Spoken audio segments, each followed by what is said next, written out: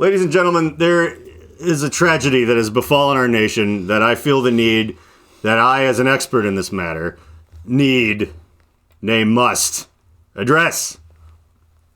It is a tragedy that happened because people put profits over death. It's a tragedy that happened because there's very little oversight and no moral accountability, and everyone is just willing to ignore the humanity, ignore the mortality, ignore the pain and suffering, just to squeeze an extra dollar. One more dollar. How many lives is one more dollar worth? And whose life? I, of course, am talking about the life of Wayne Static and that rotten, terrible lie cover that they just put out with his posthumous voice on an answering machine tape or whatever in the fuck happened.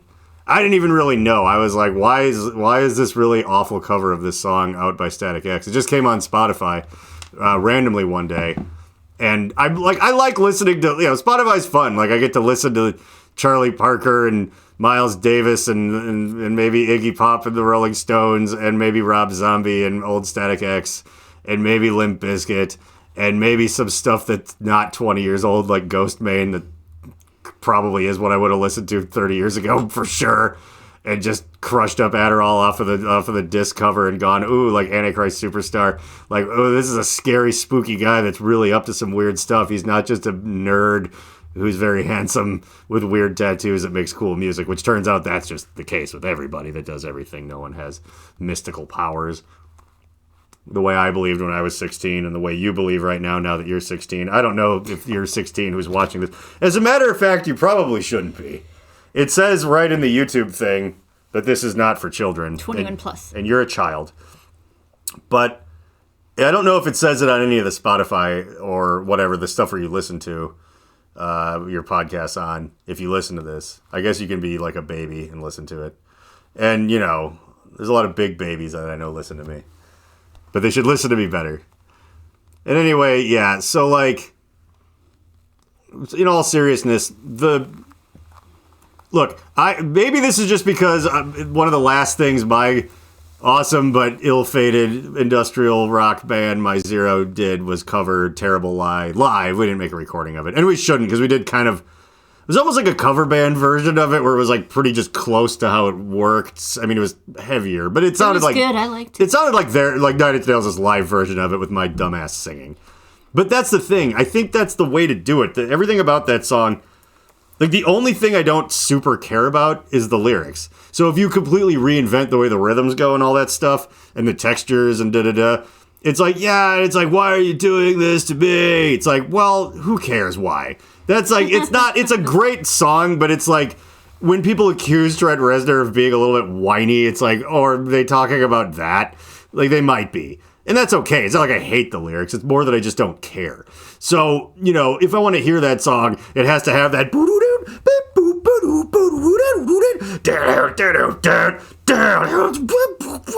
like, it's the whole thing with a, like, unless you're Johnny Cash, yeah, I'm going to pull that card out. Maybe mind your own business when it comes to that band, or me. But I didn't record it, and I hope someone doesn't have the terrible lie or sense to take, I don't know. They can't really put it out after I'm dead. There's like a version of it on not even my actual band's YouTube, somewhere of it live. That's a pretty good live version that doesn't sound too terrible. But the Static X thing, it's like, it has parts that like go all fat. And the other part is that there's literally other songs off Pretty Hate Machine that would make a better Static X song. Like Sin. It was like the... Yeah, it just chose the wrong thing. I should have listened to what you were talking about. No, you shouldn't have. And it's a miracle I'm going to afterwards. That anyone out there does. But yeah, I guess I should mention that, see, unlike Bill, who died, Meredith didn't actually die and have it covered up by the CIA like what happened with Bill. Oh, it looks like he posts on Facebook. That is Rudy Giuliani, I'm sure. And I said Giuliani because Giuliani is not who I'm talking about. It's a different guy. He works for the CIA. You wouldn't know him. But he's pretending to be my old podcast host, so nobody knows that he died trying to steal documents out of Mar-a-Lago. Remember that episode where I explained what happened to Bill? Yes, I do. Bill, he died trying to steal documents back from Trump, and the CIA covered it up, and they just post on Facebook for him now. But he's very dead. And I think a lot of people were worried since you were gone for 2 episodes in a row, and I said that you like fell and broke your ass or something like that. That it's You like, oh, did say that, okay. John's lying because Meredith actually was arrested for espionage just like Bill, because John's definitely not a CIA asset, as I explained very carefully on this podcast a few times, and on Matt Doima and whoever else's the Bad Service podcast, where they brought up, are you a CIA asset or something? And I'm like, no. If I was a CIA asset, who was just trying to infiltrate the world that you guys are in, I would only show up occasionally to do comedy. I wouldn't grind for real, but I would, for some reason, to have like the backing to appear like way more important for no reason, and it would be hard to explain why you even know who I am. That's what would happen if I was a CIA asset, and obviously that's not the case. So like whatever, and it was a really funny running gag that I secretly am like a plant from a government agency. Anyways. And, well, the important thing is Meredith's ass has grown back. And is no longer broken. Yeah, I was going to say, anyway, I'm back. Thank you, John. And this is the real Meredith and the same one from before, because I know what you're thinking. I know that you're going, but that's a slightly different hairdo. This is clearly a body double. Yeah, I have a new haircut. And I gave it to myself, which isn't so bad, because I do know how to cut hair. Right, Meredith gave both of us a new haircut the other day. Well, she gave her herself today on this day of recording. I'm kind of wondering, as I look at it in the camera, does it make my face look fatter than my other haircut? I think there is a slightly inherent trickiness with bangs. But I don't think that's really... Here's the thing. I like it. I do too. I think that, okay, in all reality... If you had done the same haircut wrong, it would probably make your face look fatter. Like, that haircut done incorrectly will make anyone look like Chris Farley is wearing a wig and pretending he's in an 80s metal band. But that's if you fuck it up. If you do it right, it just looks like bang. You know, it looks good. It looks fine. You know, but it is. No, when I first blow dried it out after it was washed and everything, it was, my hair gets super poofy. I looked like I was like in an 80s, like... You looked a little like Jeff Daniels in Dumb and Dumber. No, like... No, you didn't. I look like I belong in Rat or something. Oh, Winger. Winger, maybe. Winger, or Grim Reaper. Oh, fuck. I wish we were better at looking things up a little faster on the screen thing that we have devised. But Grim Reaper was like the band that Beavis and Butthead, I think, made fun of the most, which is kind of impressive. And if I remember right, it wasn't Winger. It was Grim Reaper. They were like Impaler, but famous and on MTV in the 80s for like a while. Yes, I feel like and that guy had the widest face coupled with the widest haircut that I've ever seen. Like, it was like if there was two of your head next to each other, but the same haircut had to stretch out over it. Basically, that's what that guy looked like. And he was like always had like metal fingers coming out of his gloves and like he was covered in blood. He's like, Grim Reaper, it's coming for you, or whatever. Dockin'. Yeah, no, I accidentally made that thing I just did is better than any Grim Reaper song because it sounded a little like Dockin', which they actually had some. I'm not gonna say class, sense. Maybe. Yeah, because they actually, Dream Warriors is a badass song. Well, that's what I'm saying. Like, and also, it's like the right move. If you want to be a scary 80s metal band, you land that Nightmare on Elm Street 3 soundtrack spot. Baby, you are you're more powerful than the Grim Reaper. You are Freddy Krueger himself, who is scarier. Like, the vague... Well, I'm going to walk that back. I was saying, is existential dread really more frightening than the world of nightmares? If you had a choice between the lights just go out when you die, or you kind of live in one of your lesser pleasant dreams but continue to exist, maybe you would choose the blackness. I don't really know, because, like, boy, I've had some doozies. Yeah, that's a tough question. They came back. Yeah, what do you want? Would you like to go into oblivion or hell? You're like, well, sitting here having to make that call is actually pretty terrible. It's like, that's the trick. You're in hell already. And now I'm just thinking about... You'll forget this in 2 seconds and I'll ask you again. Yes, it's Ted's bogus journey. It's a very bogus journey situation where they have to go and pick which like awful Easter Bunny grandma by far the army best hell. Bill and Ted. Oh, it is, yeah. It's like Terminator 2 or that weird sequel to the Bible that came out. Like, they're just... sometimes it surpasses... Now, I just saw someone posted that thing on Facebook where someone literally made a real comic book. It's called the Bible 2. And Jesus is riding on a unicorn with machine guns and lasers coming out of his eyes. And it's like... It's amazing. It's like, Hail to the King of Kings, baby, or something. It's like... that kind of... But apparently it's like got pages with stuff on it, like in it. It's a thing. Like, it's not just a funny internet meme. And I was like, oh, that is better than the old original Bible, which was largely very boring and kind of didn't go anywhere. I mean, turns out when you go back and reread it after reading the sequel, you realize what it was building to. And that was, of course, the only real religion that is Islam. And now... the other one, that's where they were headed. Well, I mean, kind of, until we discovered Scientology, and we were like, oh, that's what everyone really meant. That's what happened. That story is the real story. Mormon, is that the magic underpants? Mormon's the magic underpants, and you'll note that I didn't make fun of them, even though they're the religion that basically seals the gap between Islam and Scientology time-wise. It does. The other two will send people to either, like, destroy my life or murder me for making fun of, so the Mormons are just going to leave out of this, because I'm not here to make friends. Like, I'm here to get murdered. I don't need because I'm a CIA asset, as I keep pointing out, which someone who would never do unless they were hiding in plain sight. It was like a friend of mine, and I'll bet you can eventually figure out who. This is a funny moment because he was being serious. He was being very serious about this, and he was talking about, like, it led to it organically. I cannot recreate how funny this was, and no matter how good of a story I can tell. But he was talking about how, like, all the financial parts of it, he kind of, like, looked up to, like, he was like, in a way, like, I look up to Jeffrey Epstein, and I was like, me too. Wait, why? And it was, like, really, like, wow. And it was very funny, but he actually meant kind of how, I mean, whether or not he was backed by the Mossad or the CIA, which he definitely was, how he got to that position by being, like, a weird financial brokering guy that kind of came from not a lot of money. Mm-hmm. It's rare. And then look what happens. But they paint an ugly picture of you in the mainstream media, and they hang you in your cell. Just for helping our 45th president get a little underage strange. And that's the Lord's work. Maybe if he had been supplying more of that type of product to that client, maybe he would have kept to himself. And we wouldn't have had all that trouble a few years back.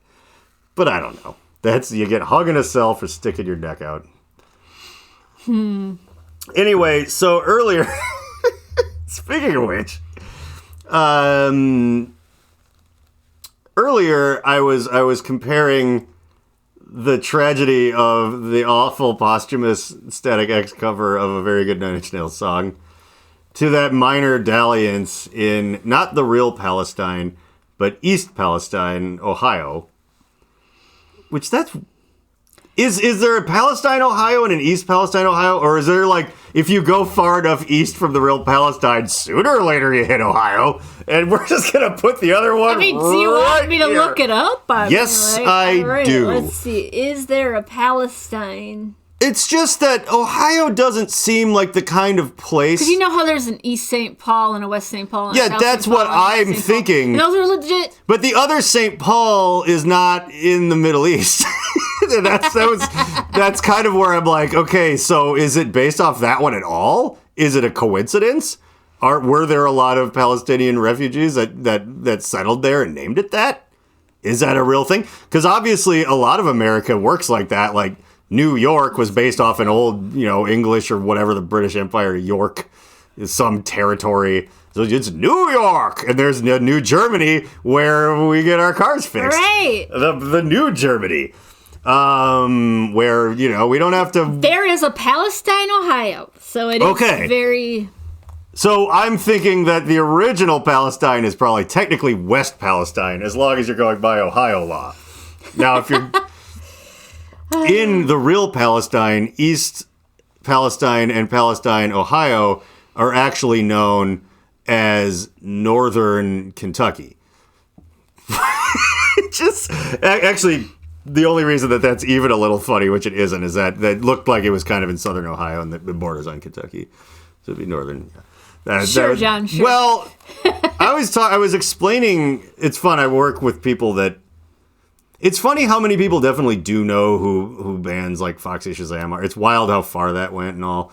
But there's like I have like some fairly hip coworkers that are about 30, 31 who like don't even know the Macklemore Downtown song. I was like trying to explain that I know this guy and I could call him fucking right now and he'd probably answer for me, how you doing? But I was trying to describe Eric Nally as sort of like does he talk like that? And I'm like, well, okay, here's the thing. They're all from Cincinnati, but some of them are actually from like Covington, Kentucky. So they have that lilting sort of.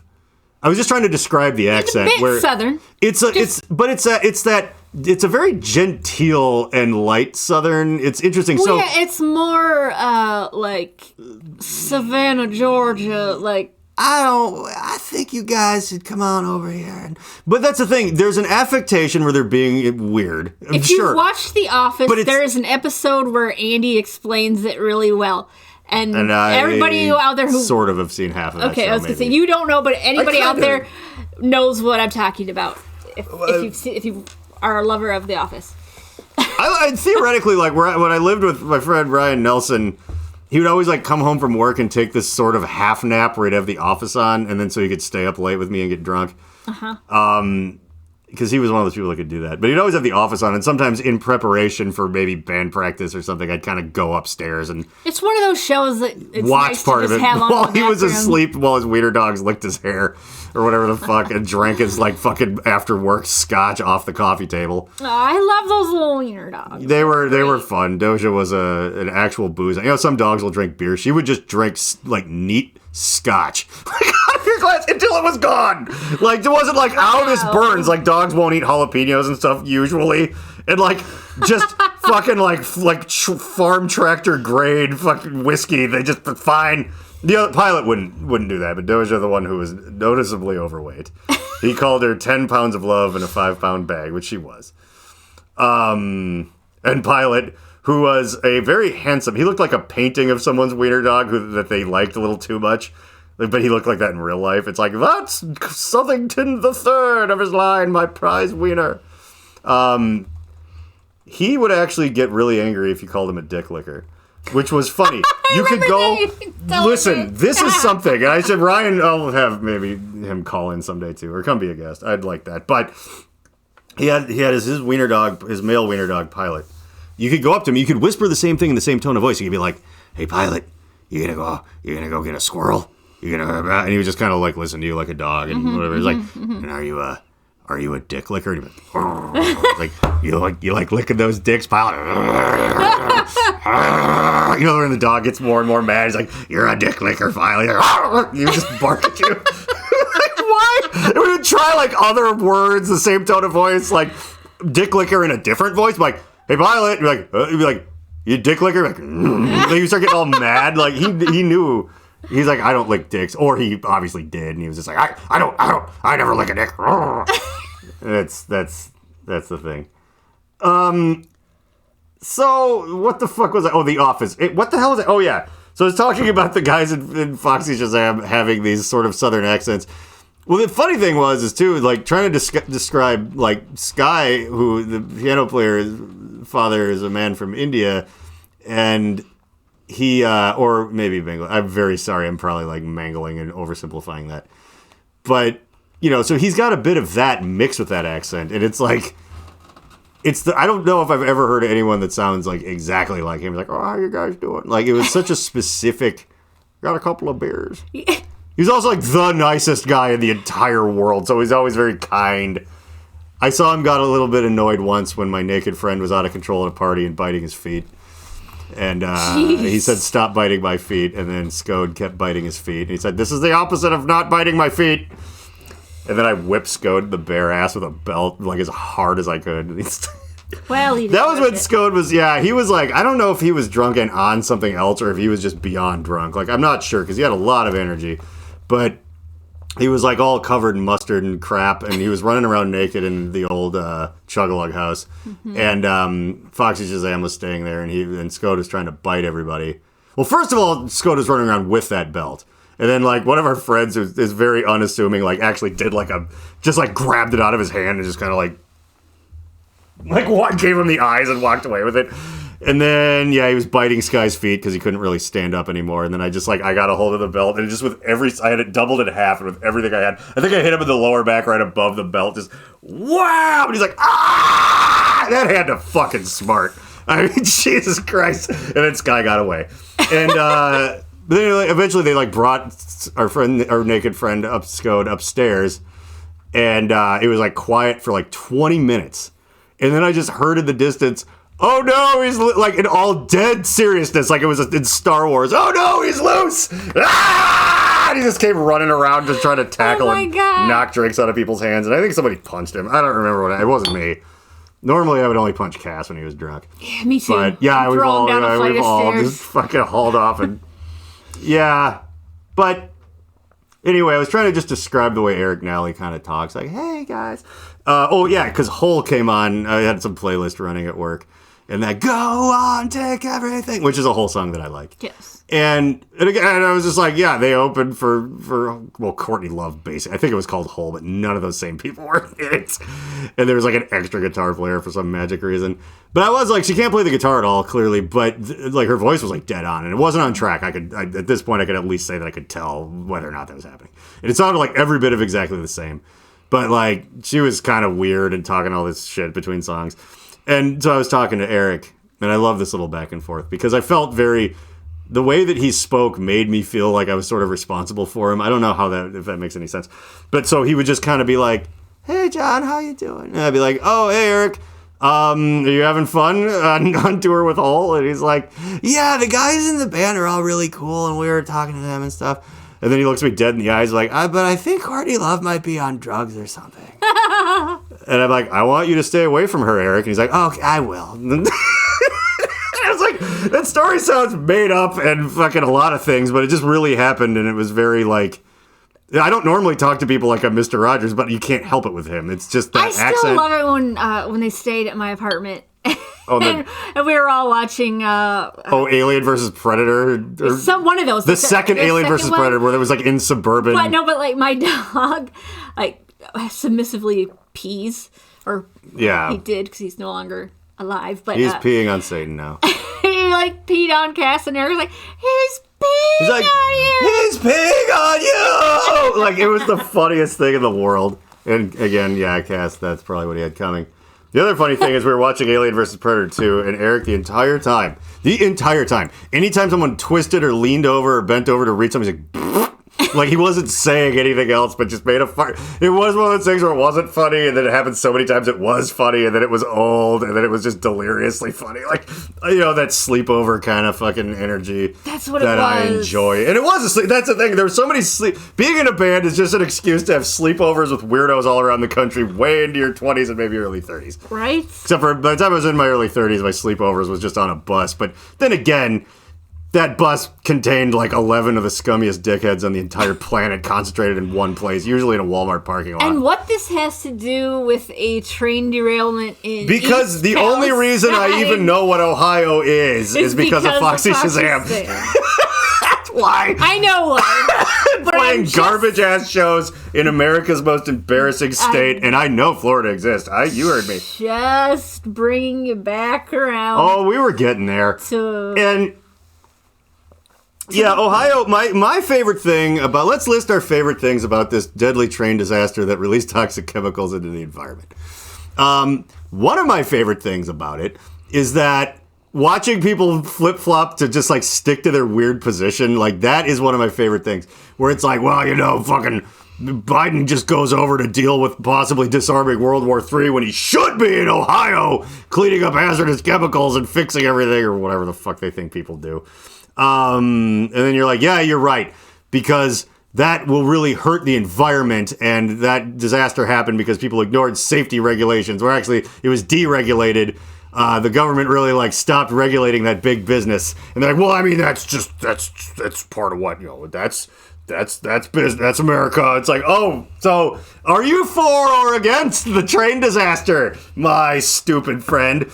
And I personally am for it because, I don't.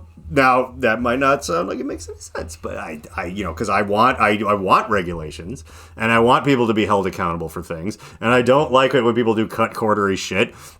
But I do like it when the very same people that go, the environment is a made-up thing by the liberals, and maybe the 90-year-old president should go there and fix it instead of talking some sense into Vladimir Putin, or hopefully just saying that he's going to shove a nuke up his ass, or whatever's happening, and also goes and cleans up the mess that the way you want everything to be created. So maybe your fat ass deserves a little bit of Chernobyl-style retribution for your fucking, I don't know, sloth. I don't know which sin this is exactly, but I did just rewatch 7, so everything goes into that box now because I watched the menu and realized that it's 7, kind of. At least towards the end. No spoilers. Yeah.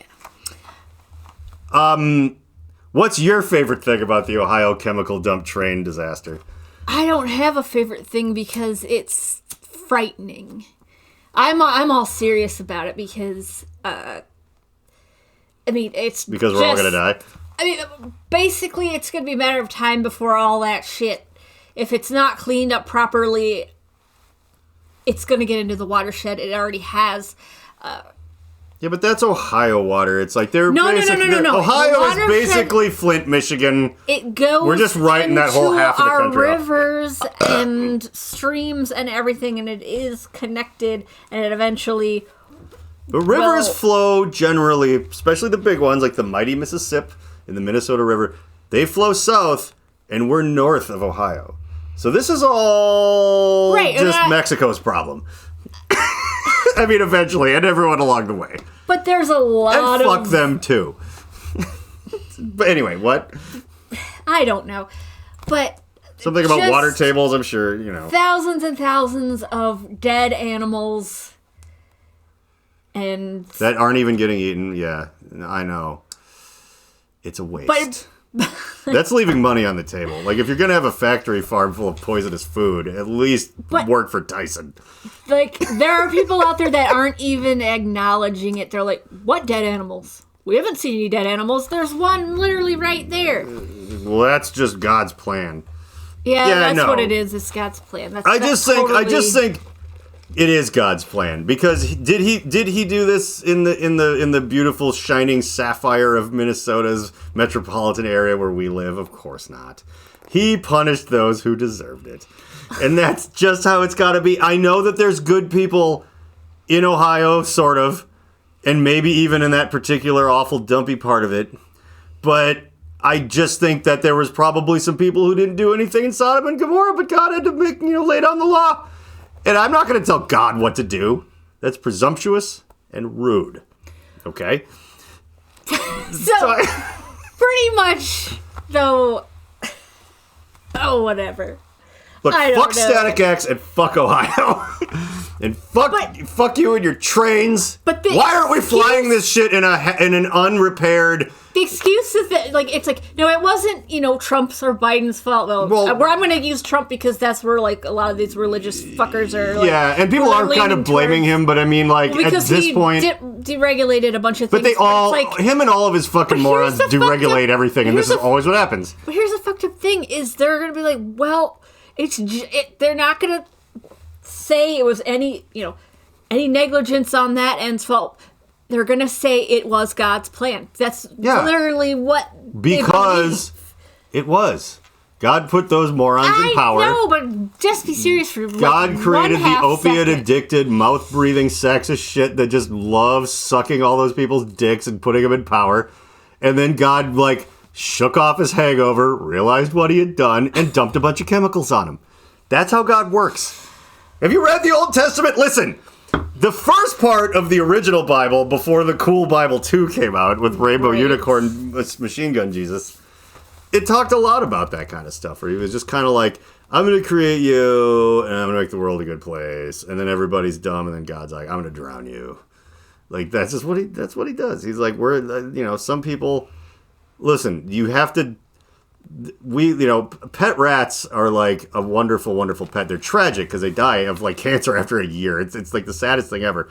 And our boa constrictor now eats fully grown people's pet rats. It's a little depressing, but also I love our big snake, and she deserves a good meal. And it's just the circle of life. And we have to test chemicals on rats before we just dump them into the... By the way, hey, let's start the conspiracy theory that wasn't an accident, that they were just like, look, there's too much oversight and regulation in the R&D department of all of our like pharmaceutical stuff now, where we really have people's eyes on us. So can we just fucking topple a train and kind of just check in on everyone that lives near it in like 10 years?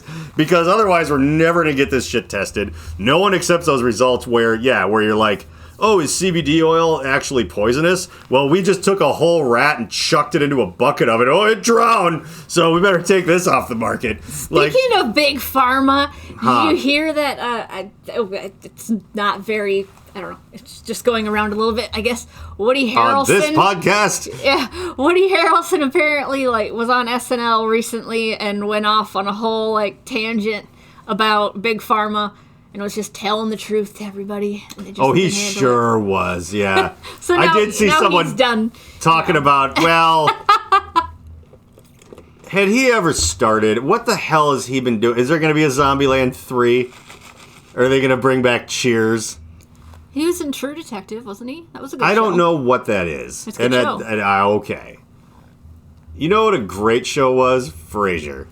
They picked the right guy from Cheers to make a show about. What if they had a what was his name, like Dumbler on Cheers? Woody Harrelson's dodo face. What did they call him? Like Ted Danson had some kind of name, and he'd always be like, "Oh, fuck you." I mean, they didn't say that on Cheers. No. But wasn't his name Woody on Cheers? They didn't even give him a proper name. Yeah, they did. He was I just think he was Woody. Playing himself, a brain-dead hick, serving degenerate alcoholics and a fat mailman, and a creepy psychiatrist who I'm willing to bet Red Dragon was based off of, who eventually got his own show. And the Frasier show was so much better than Cheers. Again, it's like Judgment Frasier's Day great. and The Bible 2. Frasier was the sequel to Cheers. Yeah. And it was a million times better. Like, the Mick wasn't better than Always Sunny. The Mick was good. It was all right. Yeah. It was fun. The earlier parts of it it wore on me a little. And then I was like, where's Danny DeVito? I'm getting really antsy. Yeah. Charlie, where are you? Where's the rest of the gang, D? Yeah. Fucking bird. Oh, by the way, towards Lexus and I finished Lucifer finally a while ago, and some of the people like Adam and Eve are still like around and stuff. Like it's kind of like Cain and blah blah blah in that show. And the mixed boyfriend guy plays Adam, and he's just like a piece of shit. Like it's kind of incredible. It's like, I'm the first man, baby. He's just like just a jean jacket on. Like he's like basically the same guy. Except for he's a fucking, been alive for thousands or millions, I guess. I don't know what version of religion they're really going for in that show. It's Who cares about math? Spotty at best. Well, I, for one, don't.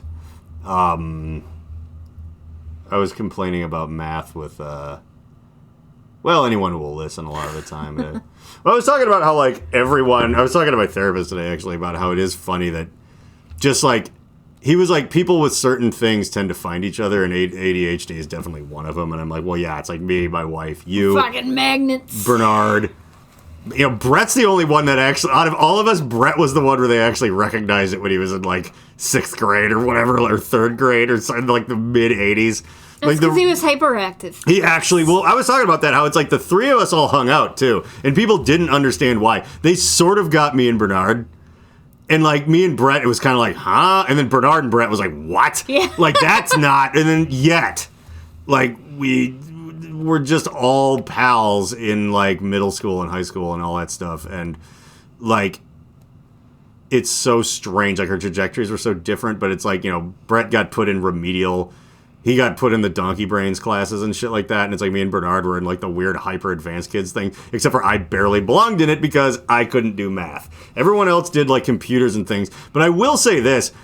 I think, and I'll just I got by the time I was in 1st grade, I got put in this once a week thing where they pulled us out of class with there was 7 or 8 of the accelerated kids in school or whatever.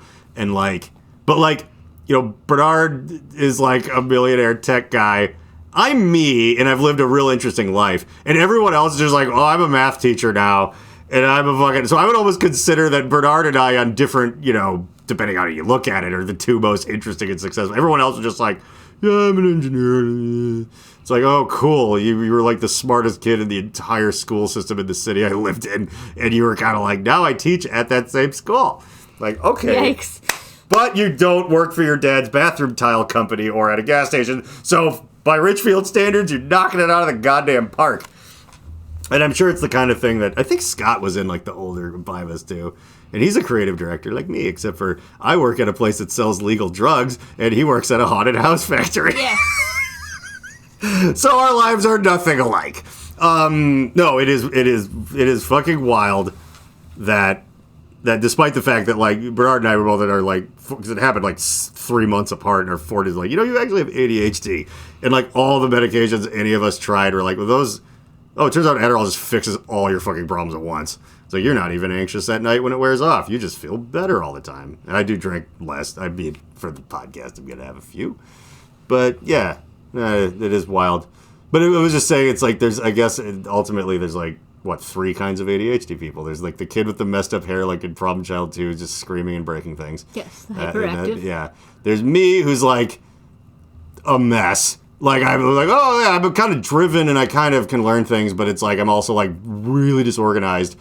And so you're like, yeah, well, whatever. You just need to get your shit together. You're fine. And then there's Bernard, who's, like, quiet and good at math. So, like, well, you certainly have no problems. So you're missing the fourth, go. Which is me, well, who is a very quiet daydreamer.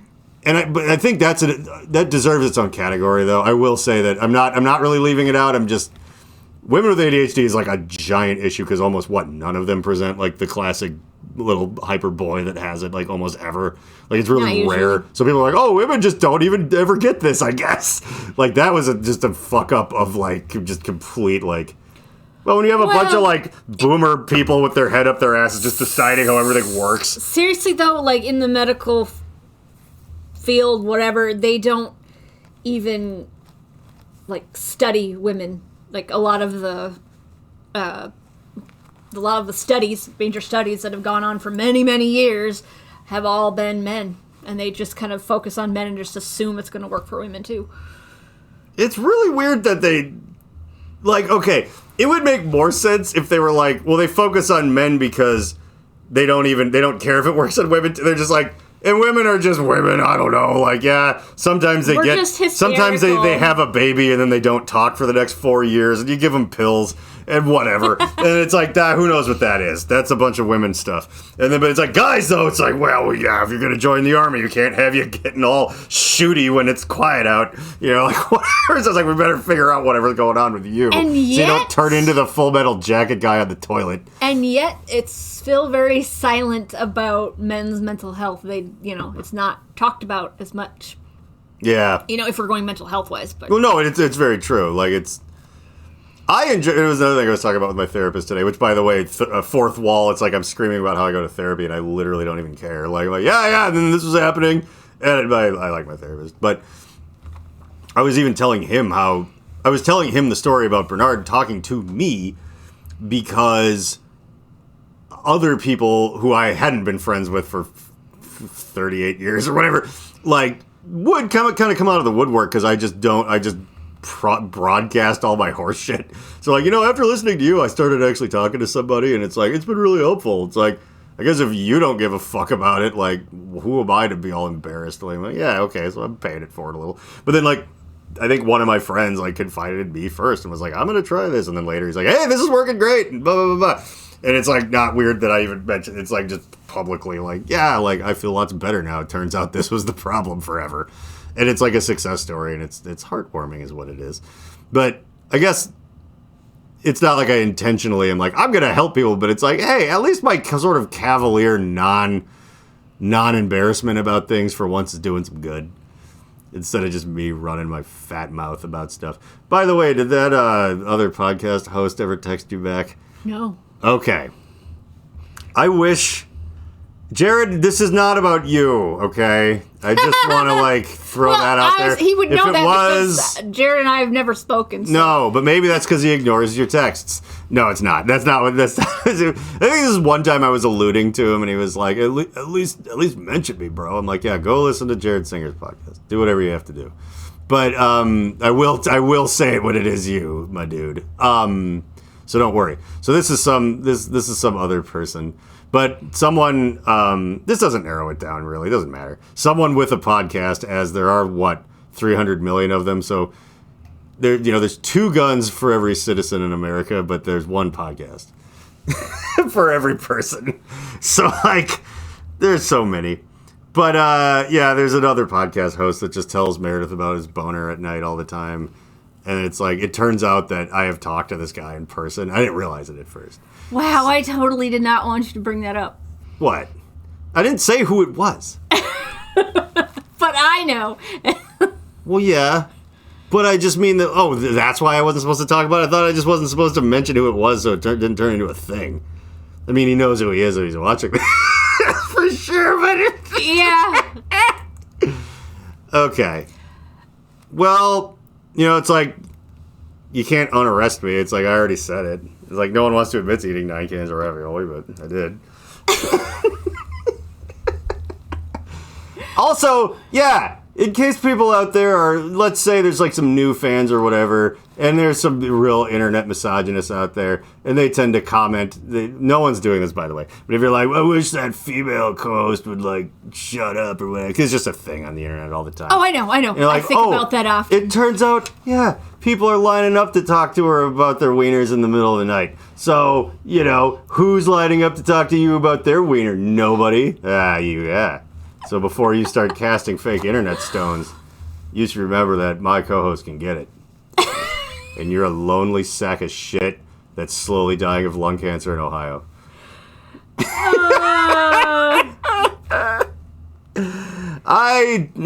There's nothing good about Ohio. You know what? Everything good about Ohio is gone. Peabody's in Cleveland, that was a world-class venue. Now, it's just now it didn't survive 2020 like a lot of things did.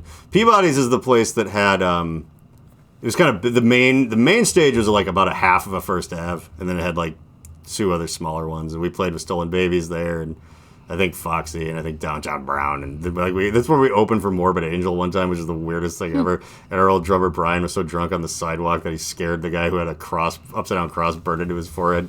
Because it was Brian was following around, Glenn Benton's his name. He's hey man, but he was tripping. This is when we just got, I don't know who ended up driving. This was probably pre-turf, but Owen didn't drink that much, so it might have been him. But Brian was stumbling on the sidewalk, and he's hey, I'm a big fan. He's yeah, thanks, man. And just kind of turned and ran, booked. This fucking 50-year-old death metal guy from Florida just booked because... From Florida, even. Yeah, Morbid Angel is one of those Tampa Bay area fucking early death metal bands. Cannibal Corpse is from there, too, and all those things. That makes sense. All of that crap, but that I don't want to listen to. I just, I like heavy stuff, but if it's all of that's too white. If it ain't got some stank on the rhythm in it somewhere, I just do not give a single fuck. It's I agree with you. Lamb of God got a little bit of fucking look at a wah to it, and I like them. But I don't just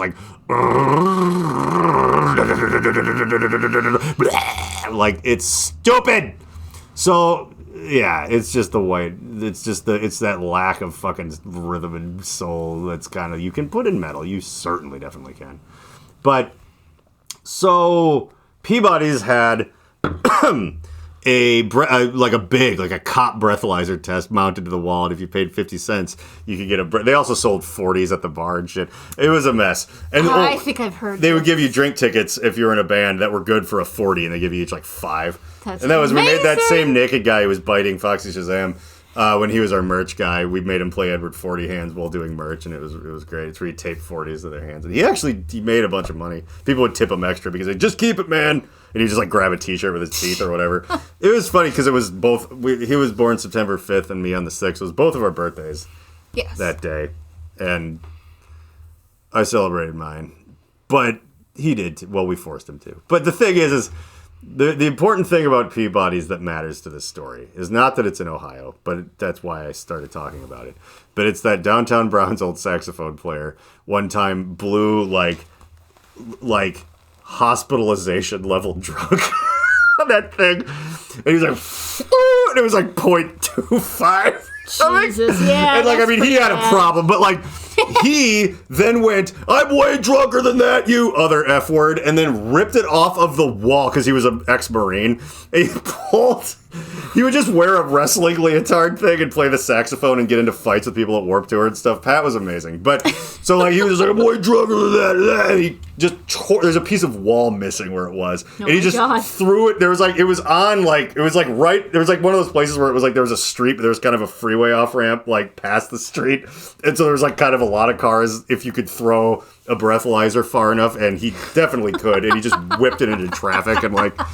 And then it was never there. It just like that hole in the wall was just there for the next few times. And then I think from that hole began the structural sort of disintegration, just like our entire system of oversight in this country. Honestly. And it brought Peabody's down. And then directly because of that, a decade later, or maybe 3 years, a train in Ohio gave everybody a little Chernobyl justice. Honestly, I think this episode has been more about your crazy times being in bands and knowing other people in bands that just happen to be from Ohio than the actual what Ohio else really thing. matters besides that? Also, if anyone's listening to me, there's still like a great chance it's maybe because they remember who I am from before. It's like Reverend exactly. John No, I'm Wheeler, saying like, it's a good thing. I'm giving the people what they want, and saying things that are fucked up and gross, and talking about my music career, which I've been reflecting on lately because I got nominated to join the podcast is Grammy board. Literally your name. So. Yes, I know, and it is in a hope that it would like slowly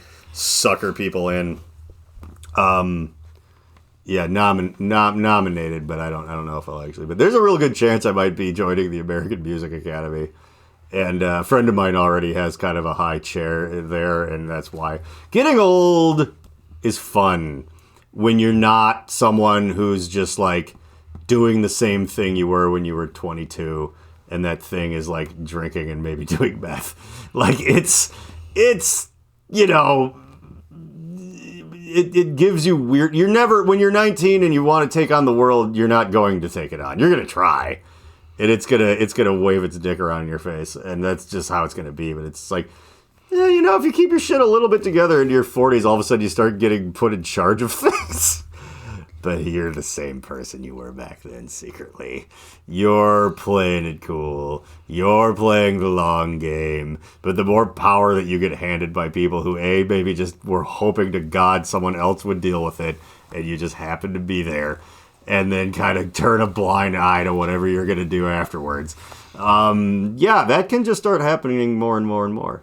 It helps if you cut your white zombie dreads off and start showing up to things in a suit, and everyone goes, okay, you deal with this. And I go, oh, I'll gladly deal with this. I can send an email. I can talk to a person and shake a hand, show up to a thing and give a rousing speech to a bunch of people that really just want to be told what they already believe, but now it's solidified and we're all on the same page, and we are going to start making a difference. You know what I think it's time for? I think it's time for Dear Asshole. Another martini. Oh, you're right. It is time for Dear Asshole. Because I think I've completely run out of... I had one other subject, but 10, 11 that can minutes. Be next week. It can be. It will always be next week. Now, I always preface this book. And it angers me all over again every time. As it should you. This shouldn't be the kind of thing where you're like, okay, John, we've heard this before and we know. Well, A... You're not listening to this by now. People probably kind of give up after 45 minutes, as they should. But the other thing is in case you are listening, there's people, occasionally there are new listeners that get all the way to the end of this, because there have to be, because we have more listeners all the time, which seems to be a mistake. But not on our part. I put the blame squarely on you, the viewer, at the risk of being unpopular.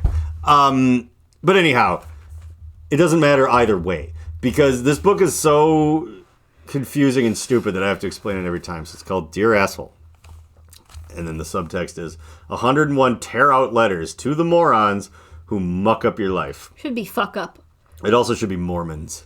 Yeah. But see, I knew I'd get him in eventually. Yeah. You magic underwear wearing liar believers. So, yeah, by Jillian Madison and Michelle Madison, who I don't think are sisters, and they're very, very... I feel a sense of privilege when I read this. And now there's supposed to be these bloggers and comedy writers, and you're like, but John, like angry Karens at the Target checkout lane, they don't do blogs, and there's not another kind of bad person who fits that general description. And you're willfully sticking your head in the sand. There are a lot of people who are like, we're on the right side of history, but I'm going to label you. It's like, I think we grew up rich, but I think a lot of you people don't understand that this gated community can feel like a prison. And then you're like, who do you mean, you people? So anyhow, this thing, my parents gave it to me for Christmas, and at first I thought they were calling me an asshole, and they'd be right too. But I think they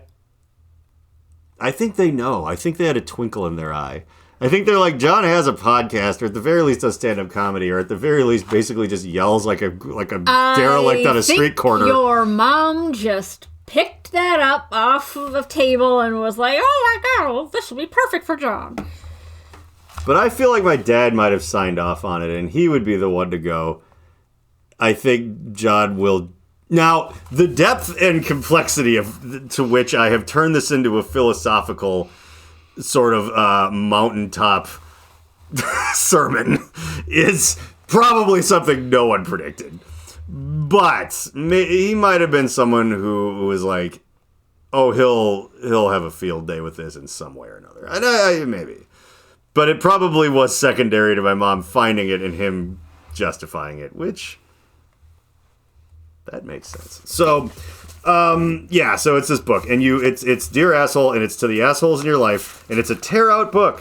If you don't want to talk to anyone in person who upsets you, if you're wondering which way these people lean, and you still also need help because you can't write your own note because it's triggering, like, you buy this book, and also if you have a list 101 people long that aggrieve you regularly to the point where this would be useful.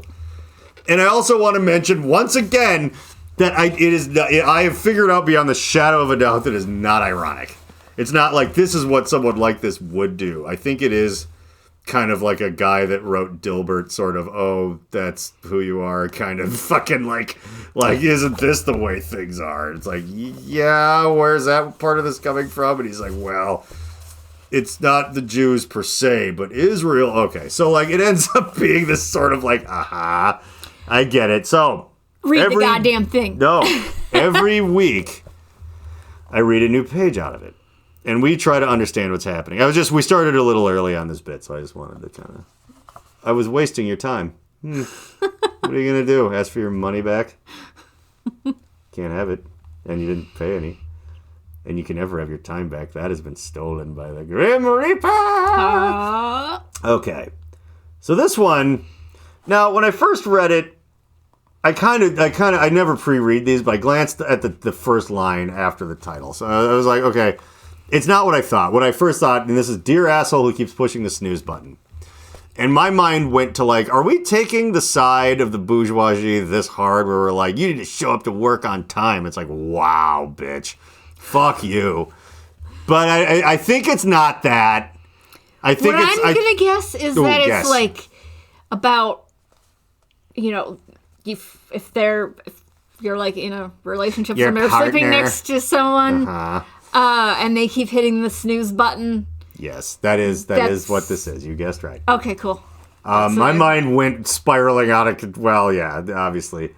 I mean, there were a couple things it could have been, but... It could have been. I think those were like the only really two things, and yours was the one that's like, yeah, that does make the most sense. But like...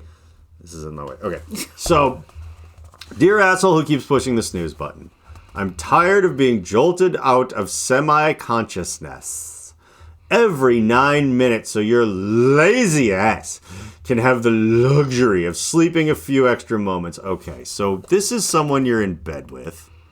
Yeah, and wow. Bitch, wow. This isn't a fling, because those don't usually end up very snooze button-y. Yeah. You hear the alarm and you're like, oh, God. Time to get out of here. Yeah. Before this thing rolls over. So this is a long-term relationship thing, and right off the bat, there's this thing called, it's not, maybe the snooze button's annoying, whatever, but it's like the luxury of sleeping a few extra minutes.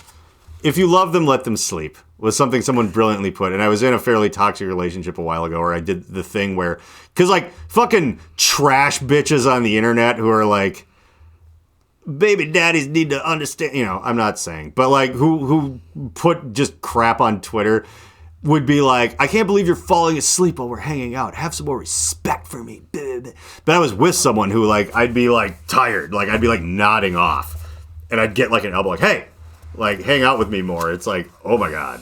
Like that was the beginning of the unraveling of that thing that which one that was. Yeah, I do. And like it was like, okay, this is who you are, and that all makes sense.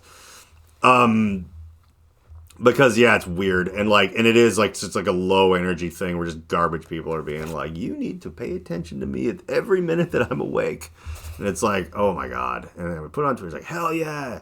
It's like whoever you're with at the time needs to pay that child support. Even if it was with someone else, it's like, you're dating me. It's responsibility, whatever.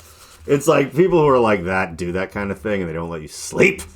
And it's like, oh, I don't care if you die of Alzheimer's early because like I fucking didn't let you sleep enough.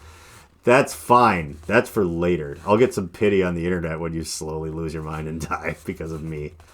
You wouldn't still be together. It doesn't. What? Well, the lack of sleep tends to cause late in life dementia. And oversleep.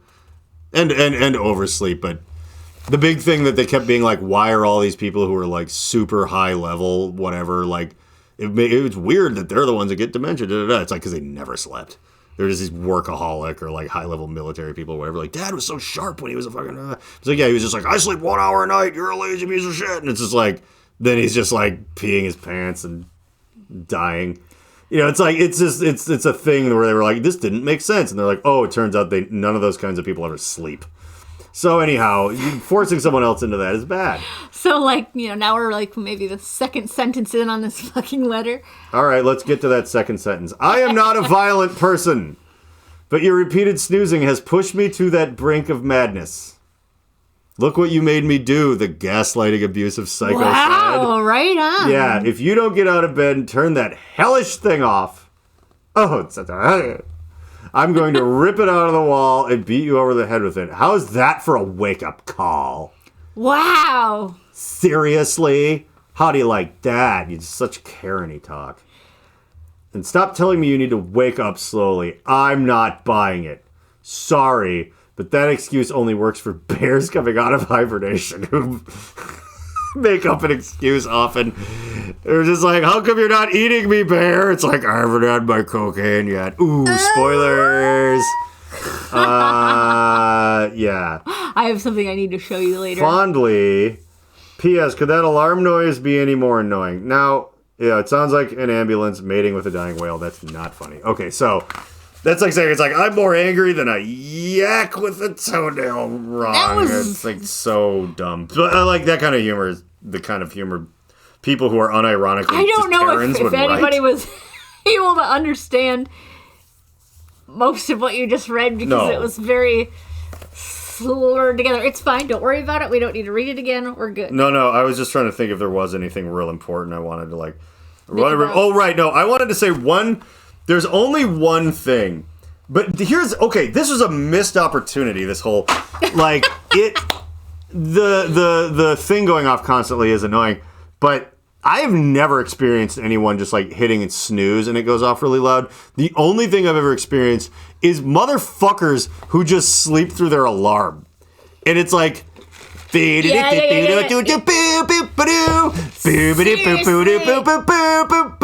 whenever you're on tour, like on the bus, like someone would be like, why? And that would be the worst. Like, well, what the fuck were you going to wake up to do? Drink beer? How the hell do you have an alarm on? Like, it's like we have a bus driver who is outside doing meth right now. Like, he's not asleep. So, like, why? Yeah. Like, I forgot I left it on for a month after, because it's my one for work where I haven't been in like 48 days. Like, oh, yeah. That thing you slept through for a solid hour while I was too hungover to get up and, like, find it and throw it out the window. Like, And also, I think it was Iraq who did that one time too. And he's the kind of guy who I would just throw his phone out the window and he'd be like, "Are you gonna? I'm not getting any money or just anything for this, am I?" It's like, nope. You're John Wheeler, so you can just do whatever you want. And I'm like, you should really remember that because you still have your phone. I love Iraq to death. And that one time where I was devoid of Iraq and he would not come and snuggle with me was very tragic. Aww. But he is also the one guy who I've thrown just an open full beer directly at his face because he was sucking like out of a juice box at the bottom. Ooh, and I was like, what are you, 9? I'm like, the behavior that I... It's just like, I knew where I was. One, like, I'd come home and then do that at work, but I just understood the lack of sort of like, what are you, 5 years old? Yeah, it's just like 9 in the morning. And I was just stealing all of his beer, which is funny. But yeah, oh, right. You had something to say about how me reading that probably didn't let anyone know what was happening in it. I was done. Oh, okay, obviously that was it because... It was just very slurred and all. It was slurred, and I got on topic, but I went off script a few times. Like I can't just read. Maybe we could take turns reading Dear Asshole, or do you really love reading? Oh, actually, I didn't think of that. Yeah, you should read it, and I should interrupt you every 2 seconds, as if I was reading it. That would be really annoying. Let's do that. I think so. I think this is good because I want you to read it. So that then I could, like, ask questions as if you wrote it, like, which is one of my favorite things. I love how you read it really sassy and bitchy-like, but... But I think that you could do that if you really wanted to. I do want to. Okay, then. Could. I just want to say, though, that I love... Because, like, people really do this, and it's annoying as fuck, and maybe they address that in one of the later pages. I don't know. But, like, when you're reading something, and they're like, well, how come? I'm like, I'm just reading what someone else wrote. Like, it's very funny.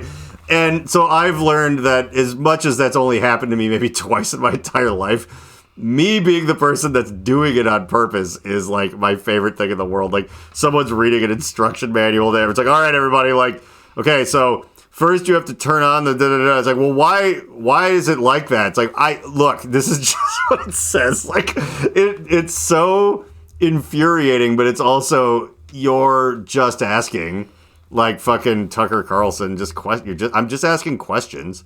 It's like, is Hillary Clinton a lizard? I'm not saying she is, but I wonder. Do you wonder? Give us money.